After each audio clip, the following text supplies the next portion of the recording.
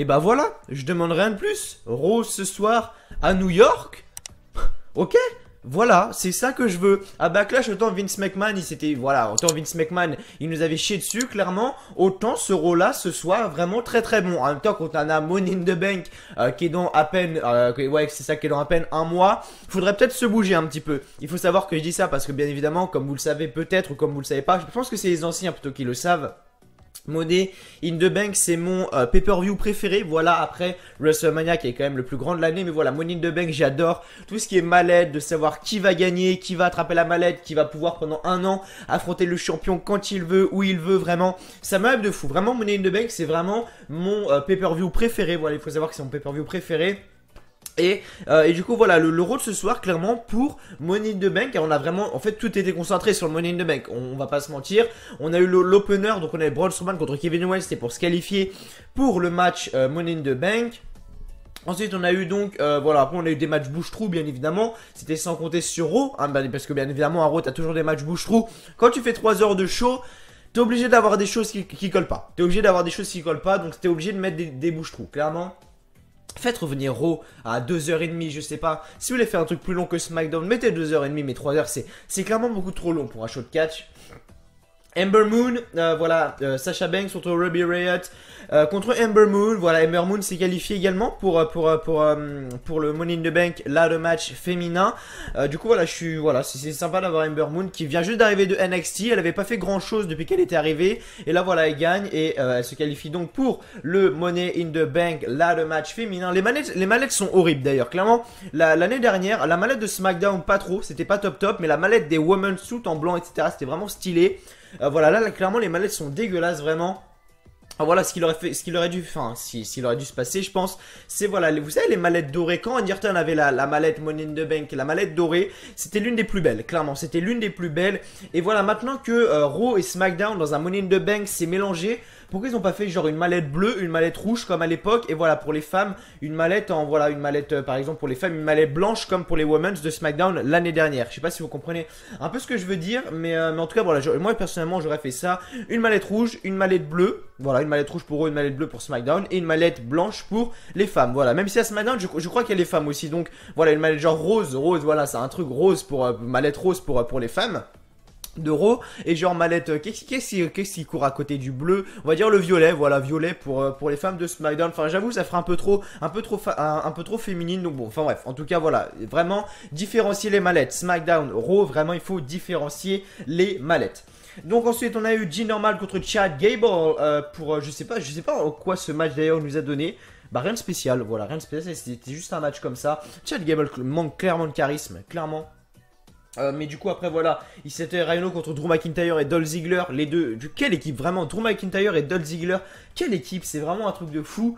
Elias contre Bobby Roode, pourquoi ce match est là, je n'en sais rien, clairement. Après voilà, dans le main event, on a eu donc un triple set match pour également la qualification du Money in the Bank. Là le match, donc on a eu Finn Balor, Sami Zayn et Roman Reigns. Et voilà, ensuite on a eu Seth Rollins, voilà, qui lance maintenant son Open Challenge pour l'Ultra Intercontinental. Bien évidemment, il a conservé car qui est arrivé Mojo Rawley, la blague du siècle, clairement. Mojo Rawley est clairement une putain de blague.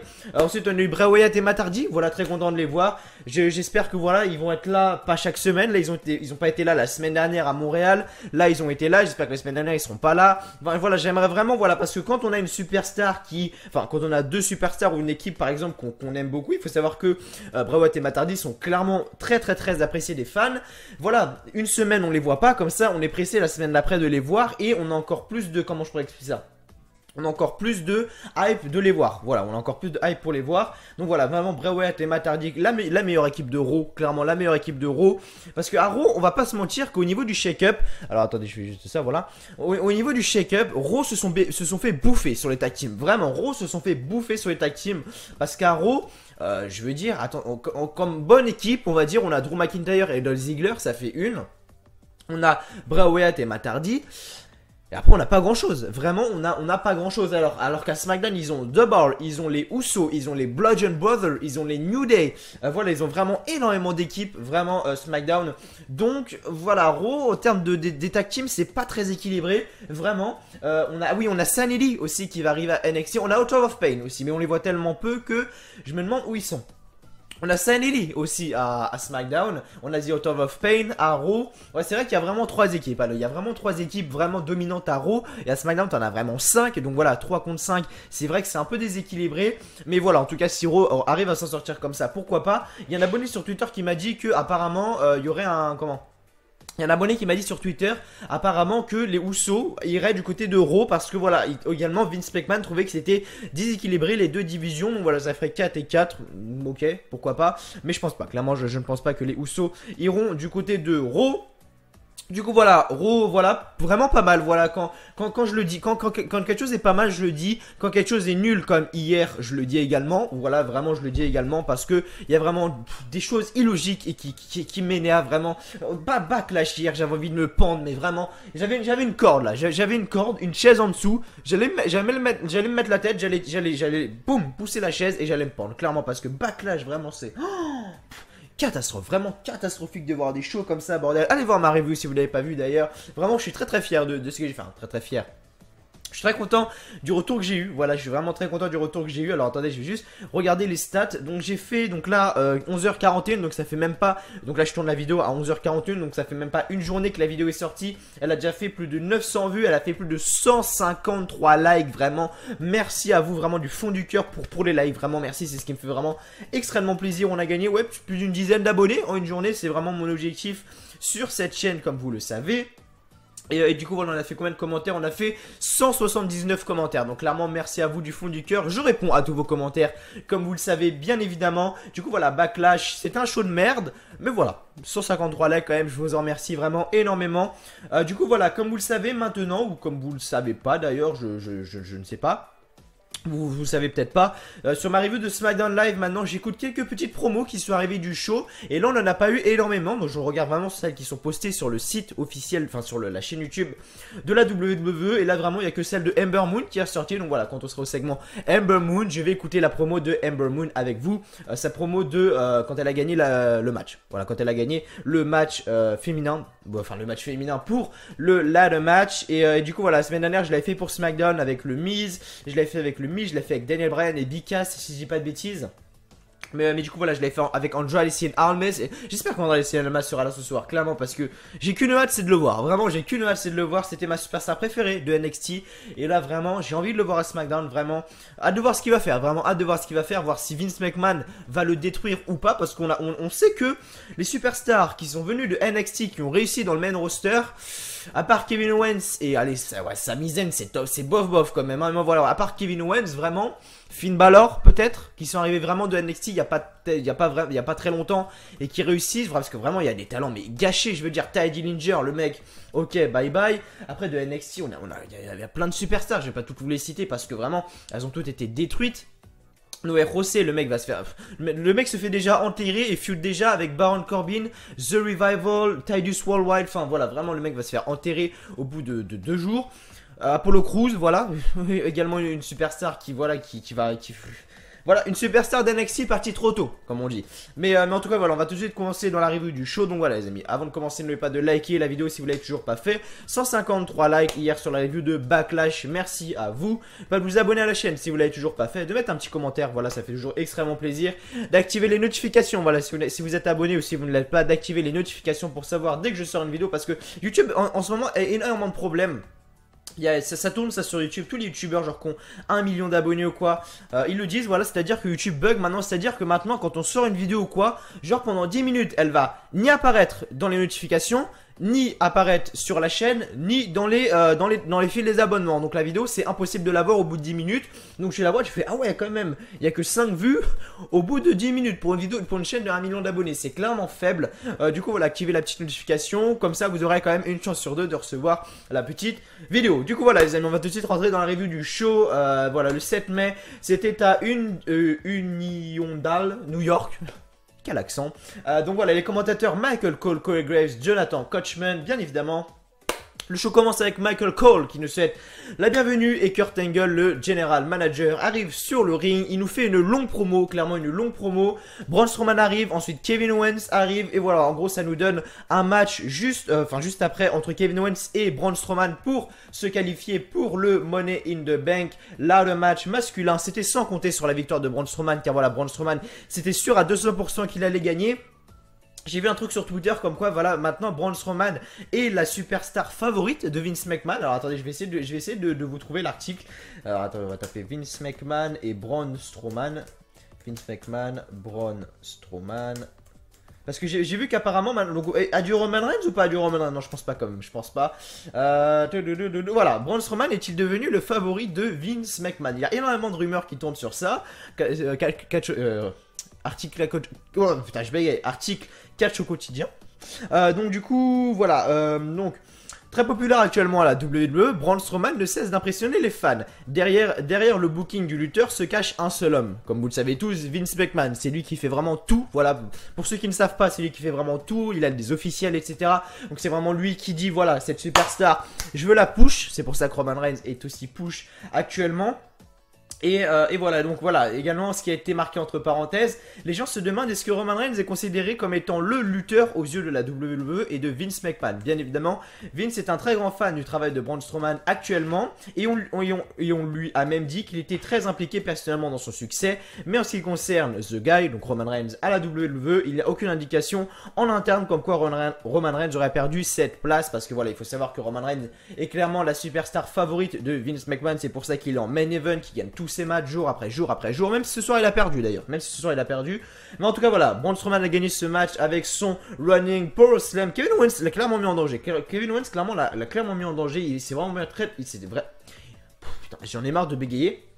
Il s'est vraiment très bien défendu. Du coup voilà, Braun Strowman gagne ce match et donc se qualifie pour le Money in the Bank. Là le match masculin, je sais pas c'est quel jour, je crois que c'est le 5 juin, le 4 juin si je dis pas de bêtises. Faut que je regarde, on va faire plein de pauses hein. Tu sais quoi alors, attendez. Money in the Bank 2018, voilà, Money in the Bank 2018 pour voir un petit peu la date. C'est le dimanche 17 juin, ah oui c'est dans largement plus d'un mois. Ah oui d'accord, ok, je croyais que c'était beaucoup plus proche que ça, je croyais que c'était le 5 juin, un truc comme ça, non c'est le 17 juin, d'accord, ok. Ok, donc voilà, Money in the Bank c'est dans quand même pas mal de temps. Voilà, j'ai vraiment hâte parce que comme vous le savez, comme je l'ai dit à l'intro, Money in the Bank c'est clairement mon show préféré. Donc de retour en coulisses, donc Mike Rome est avec Roman Reigns et lui demande ses commentaires pour sa qualification pour le Money in the Bank ce soir. Et donc voilà, en gros Roman Reigns, ce qu'il veut encore c'est voilà, Universal Championship, Universal Championship, Universal Championship. Le mec voilà, s'il gagne la mallette, il va pas cacher sur un vieux mec, il va cacher sur le champion universel. Brock Lesnar n'est pas là ce soir, bien évidemment, comme chaque semaine il nous fait ça, Brock Lesnar, même bref. Voilà, en tout cas, Roman Reigns était là ce soir et avait un match dans le main event qu'il n'a pas gagné, je vous l'ai spoilé. En coulisses, Bayley dit qu'il n'y a rien de mieux que de faire un câlin à la valise Money in the Bank. Ensuite, Breezango dit qu'ils vont régler l'enquête pour Money in the Bank. En coulisses, on retrouve Goldust et Kurt Angle. Goldust, le mec, on l'a pas vu depuis 56 ans, sérieusement. Le mec, qu'est-ce que tu veux qu'il gagne un match Money in the Bank, le mec? Le mec est le jobber number 1 à la WWE. Qu'est-ce que vous voulez qu'il gagne? Enfin bref. De retour donc, Baron Corbin donc arrive et on a un 6 tag team match. Noé José, Apollo Crews et Titus O'Neil contre Baron Corbin et The Revival, Scott Dawson et Dash Wilder. Voilà donc Baron Corbin et The Revival gagnent ce match. Dire que Baron Corbin il y a à peine 3-4 mois il était champion des États-Unis et là il se retrouve avec The Revival, Apollo Crews, Titus O'Neil. Ça doit lui faire bizarre, mais apparemment Vince McMahon a énormément de projets pour Baron Corbin. Donc voilà, je veux pas trop m'avancer. En ce moment, Baron Corbin est plutôt dans la phase jeu de job. Mais voilà, apparemment, ils ont beaucoup de projets pour Baron Corbin, la WWE. Donc on verra bien évidemment plus tard. Mais voilà, attendez-vous un petit push de Baron Corbin quand même. Mais voilà, Baron Corbin et The Revival gagnent ce match. Première défaite de Noé José dans le main roster. Du coup voilà, donc qualification, Money in the Bank, triple set match féminin, voilà. Sasha Banks contre Ruby Riott, accompagné donc de Sarah Logan et de Liv Morgan. Il faut le préciser bien évidemment, contre Ember Moon. Ember Moon a gagné ce match. Le match était bof en lui-même, vraiment le match était bof. Je m'attendais vraiment à mieux que ça en termes de triple set match féminin. Mais la fin était juste magnifique, vraiment. Le Eclipse, c'est juste l'une des prises de finition les plus belles au niveau des Women's. Voilà, voire même la plus belle, je pense, parce que vraiment, Charlotte, c'est le Natural Selection, le Big Boot, le Spear, enfin, on sait plus trop, c'est figuré. Enfin, elle a 15 000 prises de finition, Charlotte. Après, Bayley, non, c'est bof. Sasha Banks, j'aime pas trop. Ouais, après, c'est un Samoan Job. Le Twisted Bliss, ouais, on peut dire ça. Après, Asuka, c'était quoi? Asuka, c'était, ouais, non, vraiment, voilà, vraiment, Ember Moon a vraiment la prise de finition la plus stylée actuellement à la WWE. Qu'à la fin, ce qui s'est passé, c'est que voilà, Sasha Banks a tenté de tomber sur Ruby Riott. Après un run du coin, mais Sarah Logan et Liv Morgan sont montés sur le ring et ont frappé donc Sasha Banks. Il n'avait pas de disqualification vu que c'était un triple set match. Et du coup voilà, donc ils montent pour briser le compte. Bayley ensuite arrive pour sauver Sasha. Cette histoire, je sais pas, en 2032 on sera encore à cette histoire, croyez-moi. Donc voilà, Sasha Banks reprend le combat et veut faire son bank statement à Ruby Riott. Mais enfin, Ember Moon saute de la troisième corde.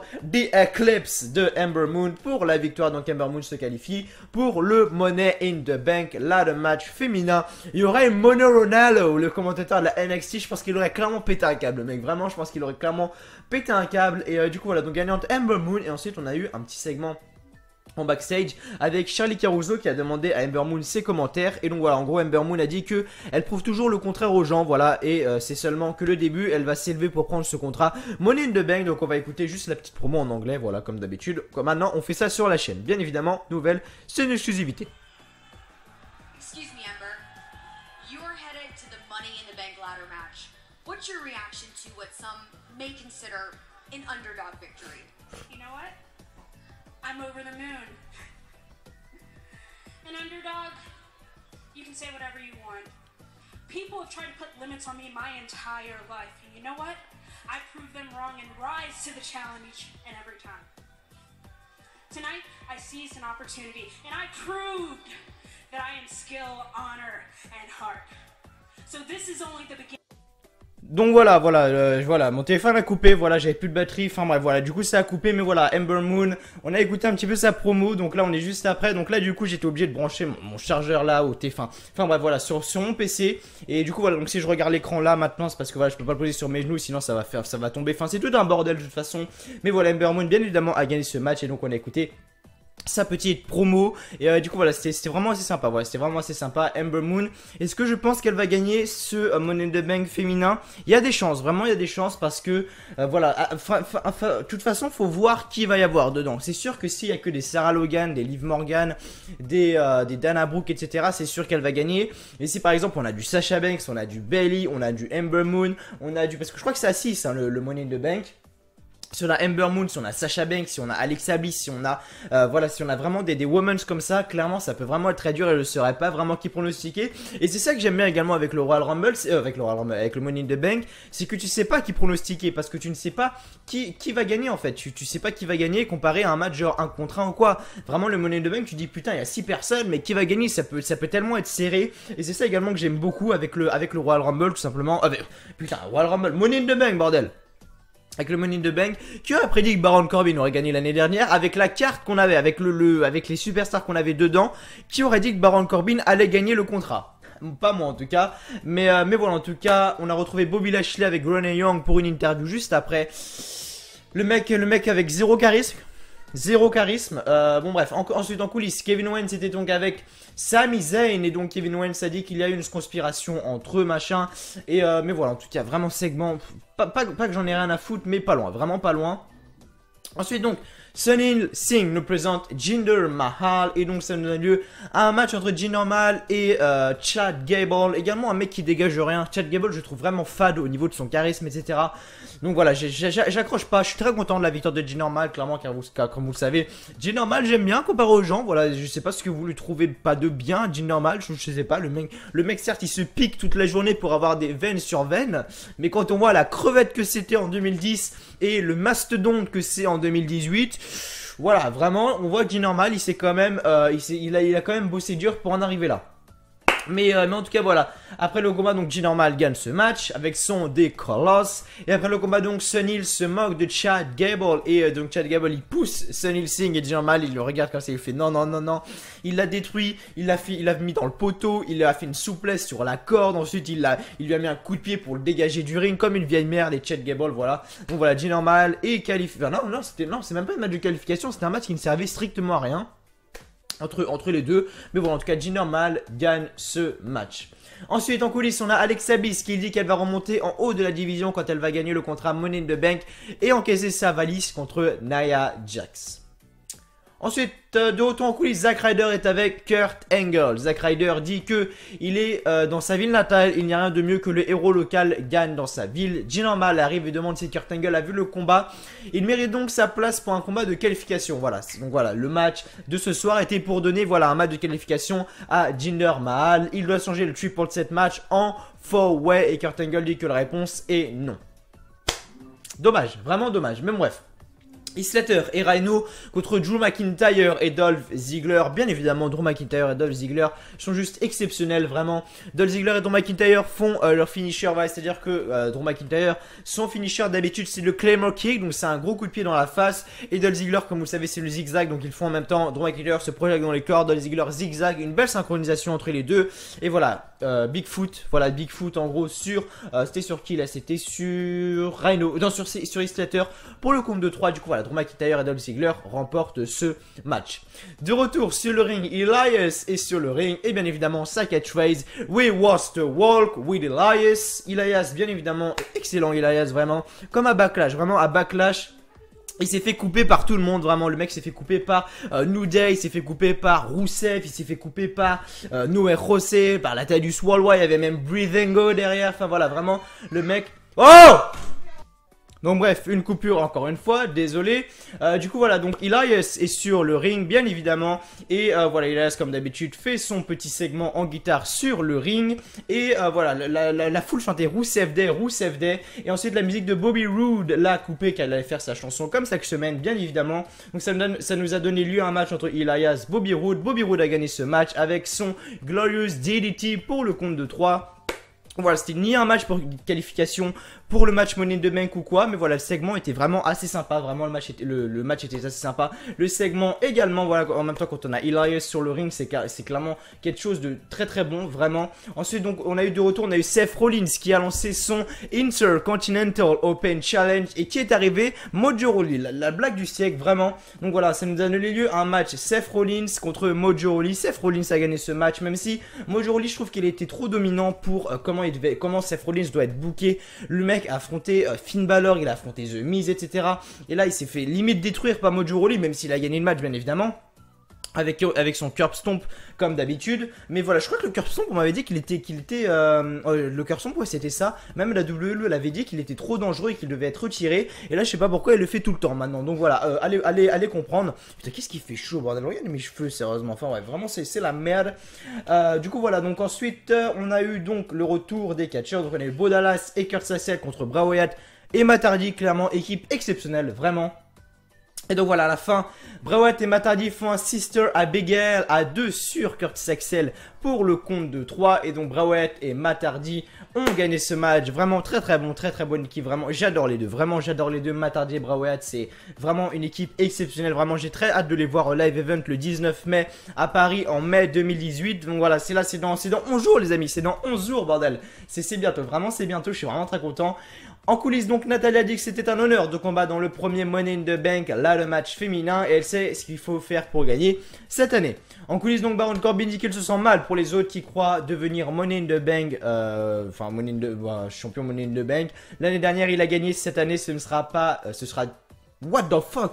Qu'est-ce que t'as écrit, Anto? Cette année ne sera pas... Ah non, c'est moi qui l'ai mal. Ok, autant pour moi, Anto, désolé. Cette année ne sera pas différente. De retour, Finn Balor arrive en premier, donc c'est le main event time, comme dirait notre ami Michael Cole. Qualification pour le Money in the Bank, donc Finn Balor contre Sami Zayn contre Roman Reigns. Alors le match est divisé en deux parties, clairement il y avait la partie destruction de Roman Reigns, et après il y avait la deuxième partie, c'était voilà Sami Zayn, Finn Balor qui faisaient leur truc de leur côté. Alors voilà, au début on a commencé avec donc Sami Zayn, Finn Balor et Roman Reigns qui étaient au milieu. Les deux, donc Finn Balor et Sami Zayn se sont acharnés sur Roman Reigns. À un moment, ils l'ont mis dans les gradins, etc. Coup de gras dans les coups de grâce dans les gradins sur Roman Reigns, etc. Et Sami Zayn, jamais après, il fait comme ça. Roman Reigns c'est dégagé de 25 F5 à WrestleMania 34, donc c'est pas un petit coup de gras qui va l'arrêter. Mais bon bref, en tout cas les deux ont fait leur petit truc machin. Et ce qui s'est passé à la fin, c'est que Finn Balor a repoussé Sami Zayn contre le coin et enchaîne avec son coup de grâce pour gagner ce match. Et donc Finn Balor gagne ce match et le show se termine avec une célébration de Finn Balor. Donc voilà, Finn Balor est qualifié pour ce Money in the Bank ladder match masculin. Et Roman Reigns, je pense qu'il va avoir une autre chance, bien évidemment. Je sais pas si ceux qui ont perdu ce soir auront une autre chance, c'est-à-dire tous les bails de Sasha Banks, de Robbie Riott, etc. Je sais pas s'ils auront une autre chance, mais en tout cas, voilà, on verra bien évidemment ce qui va se passer. Du coup, voilà, merci en tout cas à vous d'avoir regardé cette review de Raw. Je suis désolé, la review de Raw avait vraiment bien commencé, mais là j'ai eu 2 coupures, etc. C'est pour ça qu'à la fin, j'ai un peu speedé, vraiment, je suis vraiment désolé. Voilà, la semaine prochaine, ça va revenir comme après, bien évidemment, parce que voilà, je suis un peu dérangé, je vais pas vous mentir. Du coup, voilà, en tout cas, merci à vous d'avoir regardé cette review de Raw. Je suis désolé pour avoir, entre guillemets, bâclé la fin. Mais du coup, voilà, en tout cas, merci à vous d'avoir regardé cette review de Raw, mais pas de liker, de vous abonner à la chaîne, d'activer les notifications et de mettre un petit commentaire en bas de la vidéo, ça me ferait vraiment extrêmement plaisir. N'hésitez pas également à me dire ce que vous avez pensé du show, les amis, si vous l'avez trouvé aussi bon que moi. Moi, je donnerai un petit 15 sur 20, voilà, un petit 15 sur 20 pour ce show. Backlash, honnêtement, hier, c'était, je dirais même le pire pay-per-view que j'ai vu de ma vie, clairement. Mais en tout cas, voilà, ce Raw-là, il s'est vraiment rattrapé. Ça me fait vraiment très plaisir d'avoir vu un Raw comme ça. En tout cas, merci à vous d'avoir regardé cette vidéo. Et donc, moi, je vous dis tout simplement à demain, voilà, à demain pour la review de SmackDown Live, qui, j'espère, SmackDown sera également bon comme ce Raw-là. Allez, à demain.